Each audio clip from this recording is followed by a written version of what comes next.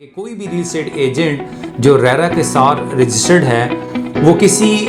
Unapproved RERA project में अपनी reel estate services नहीं दे सकता।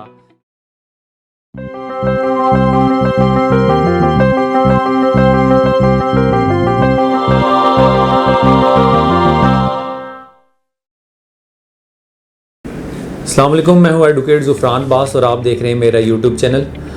Islamabad real estate regulation and development act 2020 के मुताबिक कोई भी रील एस्टेट एजेंट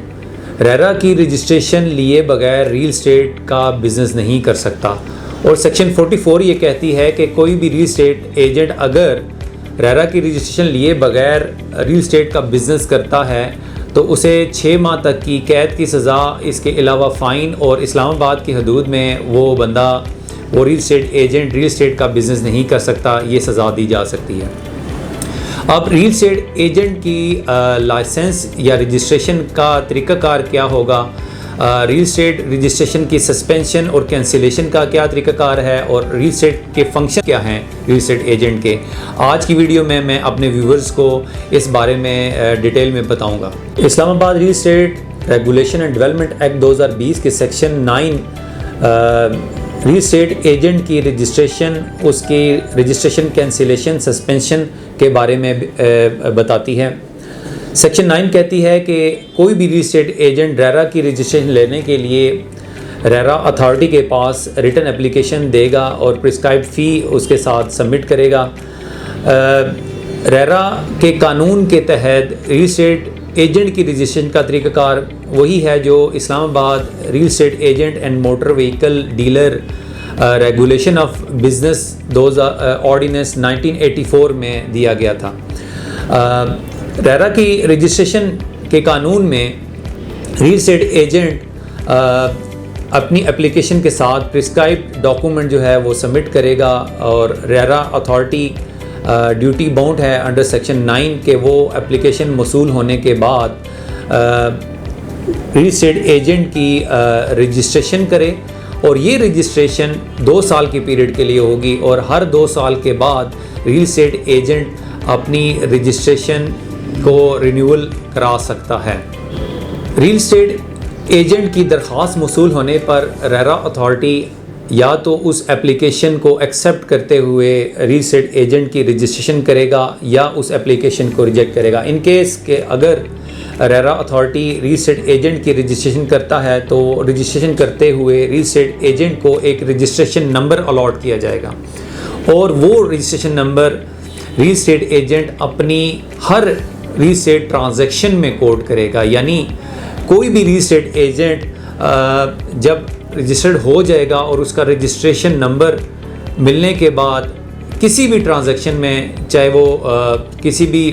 प्रॉपर्टी को सेल परचेज़ में इन्वॉल्व हुआ है, किसी अपार्टमेंट की सेल परचेज़ में इन्वॉल्व हुआ है, तो उस ट्रांजैक्शन में अपना रजिस्ट्रेशन नंबर जो है वो कोड करेगा।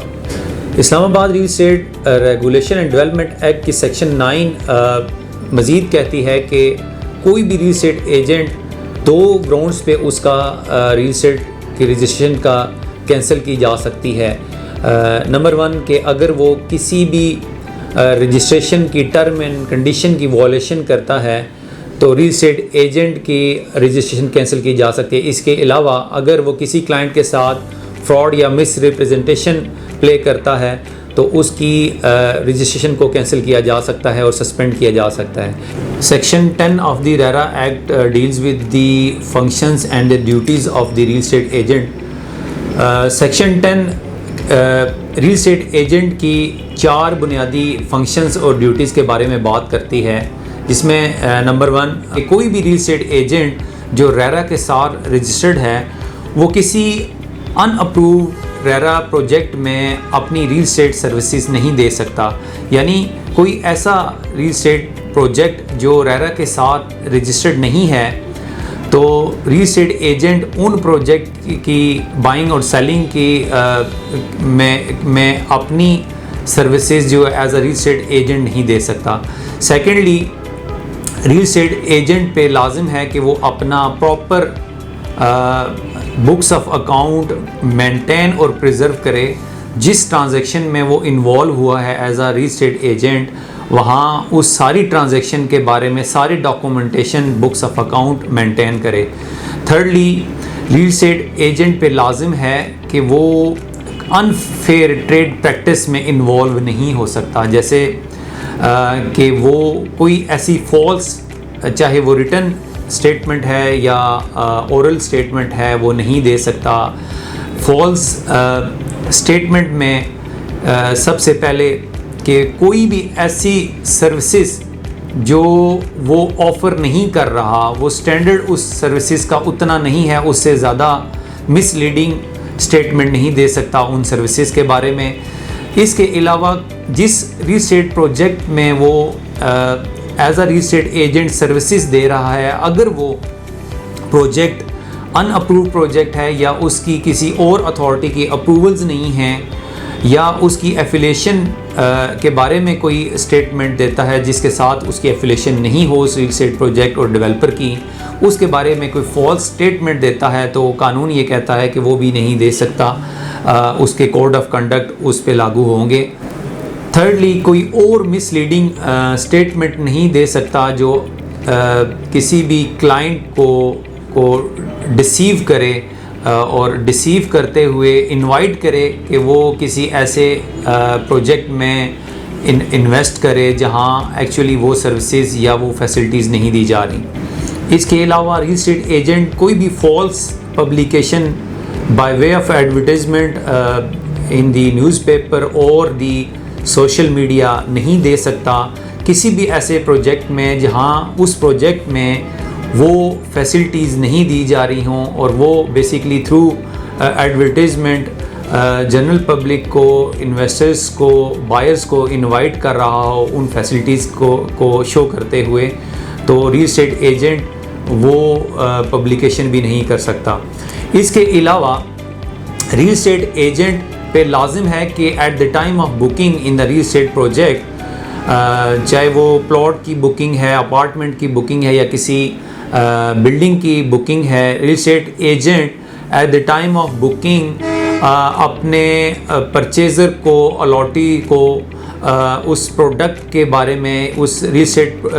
प्रोजेक्ट की सारी इंफॉर्मेशन और डॉक्यूमेंटेशन प्रोवाइड करेगा। जैसे कोई भी अलॉटी या परचेज़र उस रियल एस्टेट एजेंट से उस रियल एस्टेट प्रोजेक्ट की टाइटल डॉक्यूमेंट के बारे में या रेरा रजिस्ट्रेशन के डॉक्यूमेंटेशन या दीगर और लीगल अप्रूवल्स के डॉक्यूमेंटेशन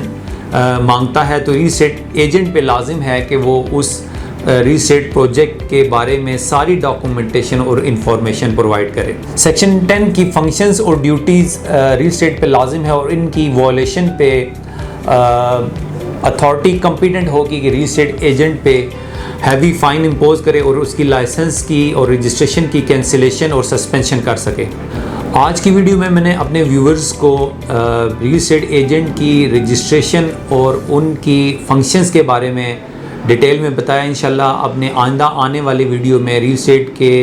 दीगर लॉज और प्रॉपर्टी लॉज के बारे में अपने व्यूवर्स को बताऊंगा। बहुत शुक्रिया मेरी वीडियो देखने का। वस्सलाम।